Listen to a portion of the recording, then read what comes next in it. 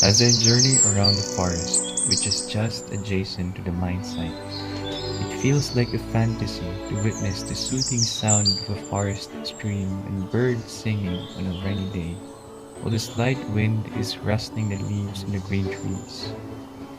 Ah, I'm glad that I made the choice to do something a little different from what I usually do in my city, because the panorama has inserted a multitude of realizations. The forest remained in a capsule, slightly untouched by the destructive essence of man. The dark shadows of the voluminous trees had become the structure of the forest. The trees stood proud and tall as protector of the exigent grounds. I realized this is something that I want to protect. This is something that I want to preserve and I want to embrace. The future generations have the right to experience the experience I had in the forest. What do I want to change? I want to change and improve the strategic plan of the company to protect this hidden treasure.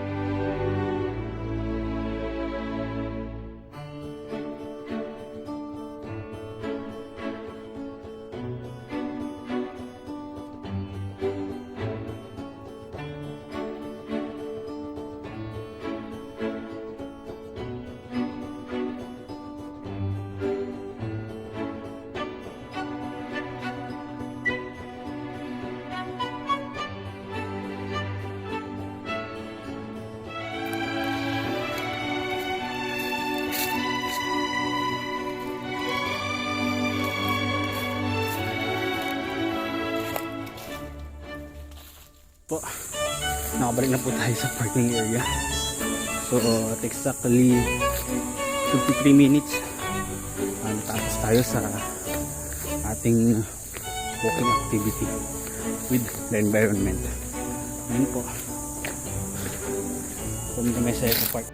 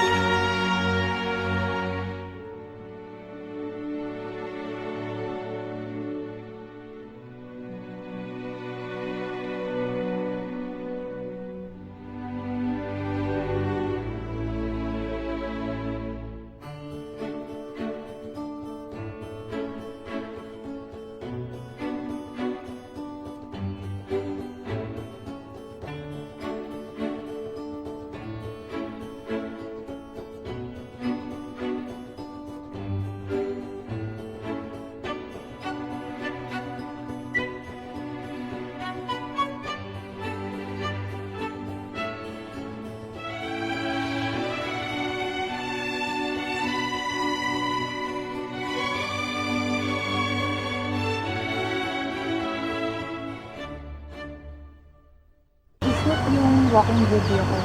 So, yung area na pinag-videohan ko ay dito po sa Quezon Protected Landscape na minamanage ng DNR.